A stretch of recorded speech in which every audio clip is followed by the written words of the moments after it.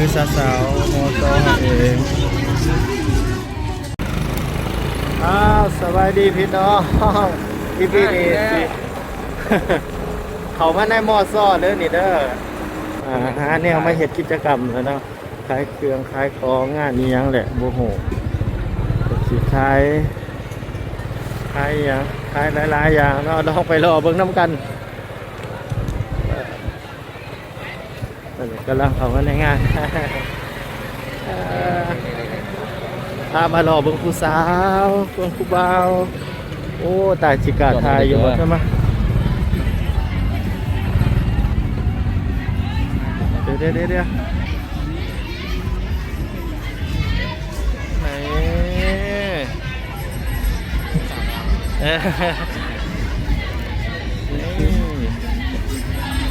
เอา15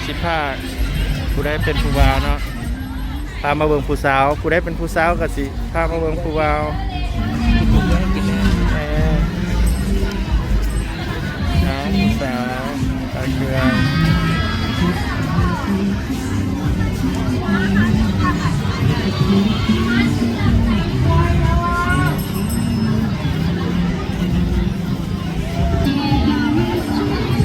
เบิ่งผู้สาวน้ำตาโอ้เพิ่นขายแล้วจ้ะ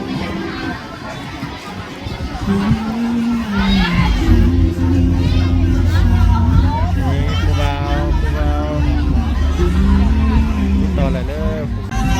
โอ้ยผู้จัดผู้นั้นเนาะผู้นั้นนั่นเด้อโอเคไปเดี๋ยวไปเบิ่ง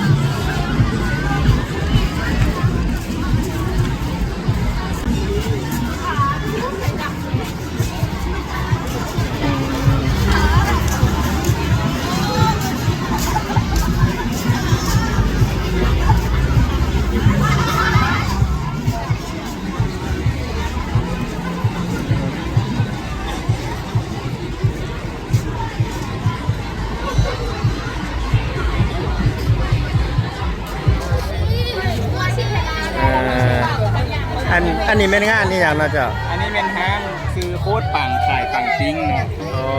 ก็มีเมนูตามนี้เลยอันนี้เป็นเมนูใหม่2 เมนูอันนี้แบบขายดีหลายจนมื้อนี้เหมือนจัดงานมื้อนี้บ่ฮะก็จัดมื้อนี้บ่จ๊ะเริ่มจัดตั้งแต่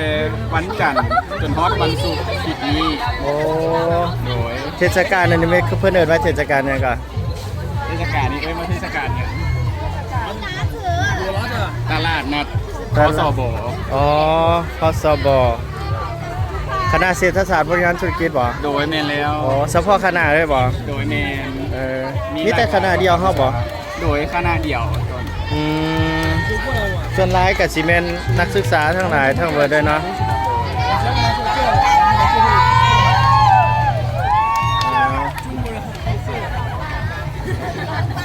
อันเพิ่นจัดทุกๆปีบ่เจ้าโดยแม่นทุกๆปีแต่ก็ขึ้นกับมื้อที่ทางภาคเป็นออกเองส่วนใหญ่ก็แม่นประมาณช่วงนี้ของปี2004จุดประสงค์หลักๆเพิ่นเฮ็ดงานนี้เพื่อให้นักศึกษาได้แสดงถึงความที่ว่าตั้งแต่เรียนมาว่านักศึกษาได้เรียนรู้อย่างนี้แล้วออกมาใช้ตัวจริงดีเนาะถือว่าเป็นกิจกรรมที่ดีเลยเนาะโดยเป็นกิจกรรมที่ช่วยให้นักศึกษาได้แสดงความสามารถของตัวเอง โอเคเนาะเอาขอบใจได้หลายเด้อที่ให้ข้อมูล น้องพี่น้องเนาะซื้อขนมซอยกันโอ้แซ่บหลายเดี๋ยวเราหล่อเบิ่งบรรยากาศน้ำกัน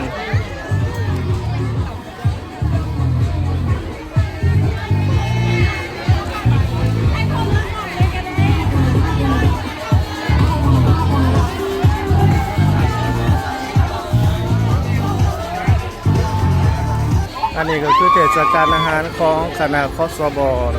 คณะเทศศาสตร์บริหารธุรกิจเพิ่นจัดขึ้นแล้วก็นักเรียนด้วยเนาะ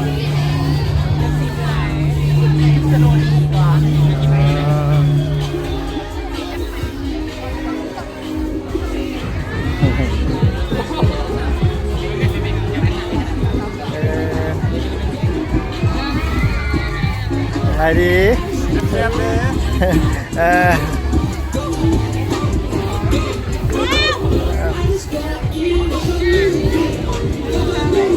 อันนี้ขายอย่างไรโอเคนะเดี๋ยวเส้นใหญ่เลยว่ะซิปแคปหนึ่งตอนนี้เขาก็นั่งถ่าคิวเนาะเพราะว่าสั่งอาหารนำน้องๆเพิ่นเป็นอาหารจะมาเสียดายเขาบ่มีมือกรอบให้จะเป็นได้โพสวิดีโอไว้เนาะ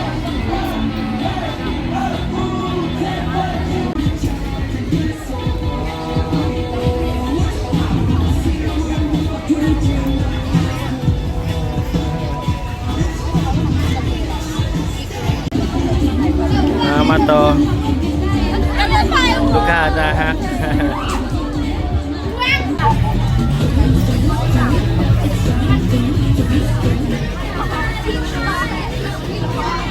เอาเนี่ยเนาะเบิ่งผู้บ่าวรอ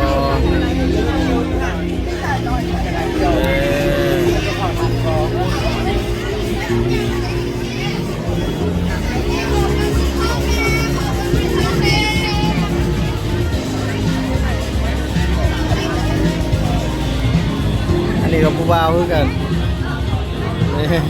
มันรับกันแล้วจอกฮะไอ้ยำหมักม่วง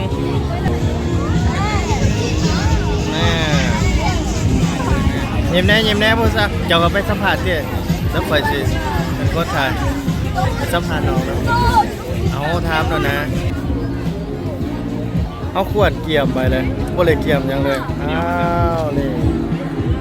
คือว่าผู้สาวเนาะอันนี้ผู้บ่าวคณะเศรษฐศาสตร์คสบเลยติดต่อได้เพิ่นว่ารอโสด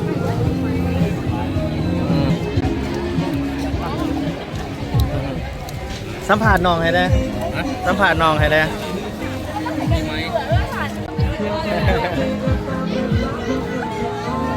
สูบเนาะจับแผ่นนี้จ้ะ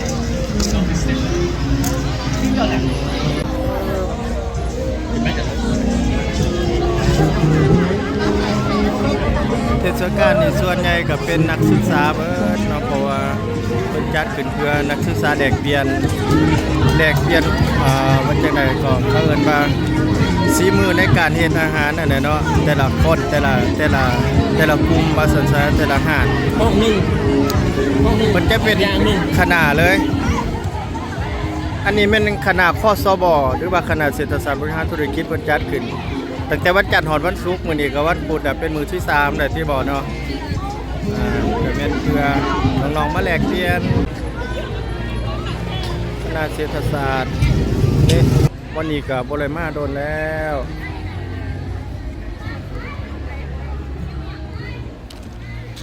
อยู่บนทางนี่ก็คือทางออกไปเบื้องหนึ่งของมอซอเนาะจ้าเนาะก็แม่นเบื้องออกไปอีกเบื้องหนึ่งของมอซอคือกันมอซอเขานี่ก็ถือว่ากว้างใหญ่เด้เป็นเดิน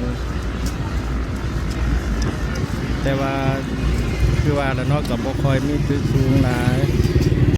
เป็นโรงเรียนเก่าโรงเรียนแก่ว่าซั่นๆตั้งแต่ดึกดำบรรพ์นี่ก็มากกับไอ้บ่าว ไอ้บ่าวน้อยอาหารการกินเป็นขนมเป็น อาหารพื้นบ้านแน่เนาะคือมีอีหยังต่างๆแล้วแต่ก็พิเศษไปกว่านั้นก็มีบอนเพิ่นจะขายโดดใหญ่อีกอันนี้เป็นบริษัทอีหยังเนี่ยนี่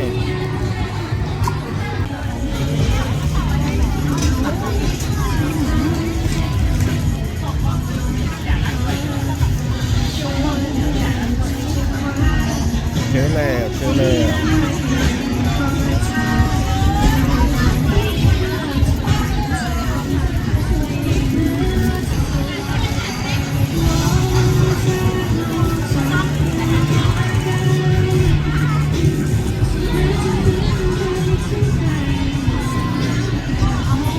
เนาะลงที่เจ้านั่นน่ะตอนนี้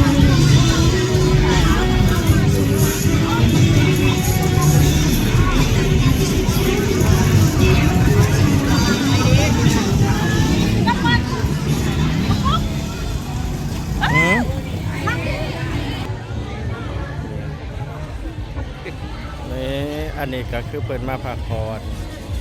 เมื่อยแล้วน้องมาเมื่อยแล้วเมื่อยขายของแล้วมาพักผ่อนก่อนเป็นขายเบิดอ่ะเนาะอ่าฮะนี่ DJI อยู่ห้องเนาะ เอาใจผู้บ่าวเนาะเอาใจผู้บ่าวซูมผู้สาวซูมผู้สาวเลย ซื้อเหรอ นี่